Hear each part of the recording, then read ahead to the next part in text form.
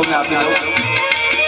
અમે તો આલાભાઈને સ્નેહના તાંકને બંધાય માયક વાળા, વગાડવા વાળા, હું બોલવા વાળો, બાપુ જેવા ભજની બધા અમે સ્નેહના તાંકને બંધાયેલા છે.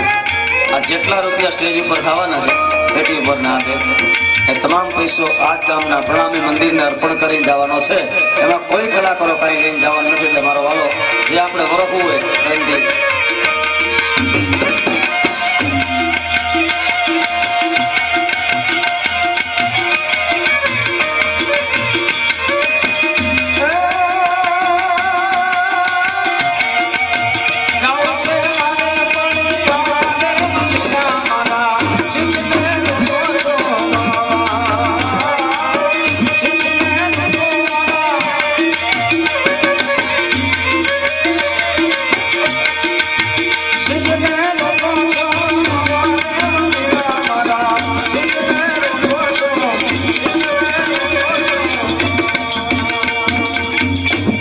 કેસે મિત્રો એક પછી એક 11 કીર્તન ગાયા.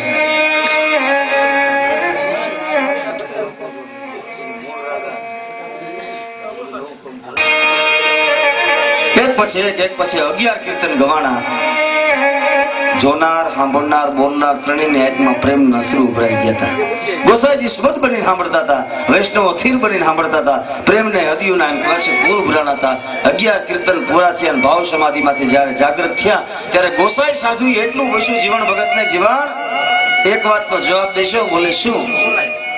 કે આટલા વૈષ્ણવો બેઠા છે એને એટલા કીર્તન ગાયા અને હું અહીંયા બેઠો છું. આમાં બધાએ એટલું ગાયું, એટલા બોલ્યા, પણ કોઈની અંદર આ ભાવ ન આવ્યો. જે ભાવ વૈષ્ણવના દીકરા કીધે ન આવ્યો એ ભાવ તારા એક હરિજન કીધે આવ્યોનું કારણ શું?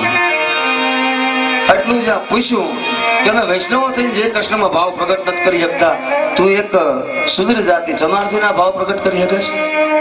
અને જીવણ સાહેબ એટલો જવાબ દીધો, મહારાજ આપે જે પ્રશ્ન પૂછ્યો ને એમાં જ આનો જવાબ છે. તો કે શું?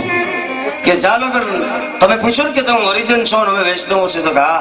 કે ગોસાઈજી મહારાજ જાલગન તમે ઊંચ છો ને તમે ઊંચ છો, અમે નીચ છે, અમે હરિજન છે, તમે વૈષ્ણવો છો, એ ભેદ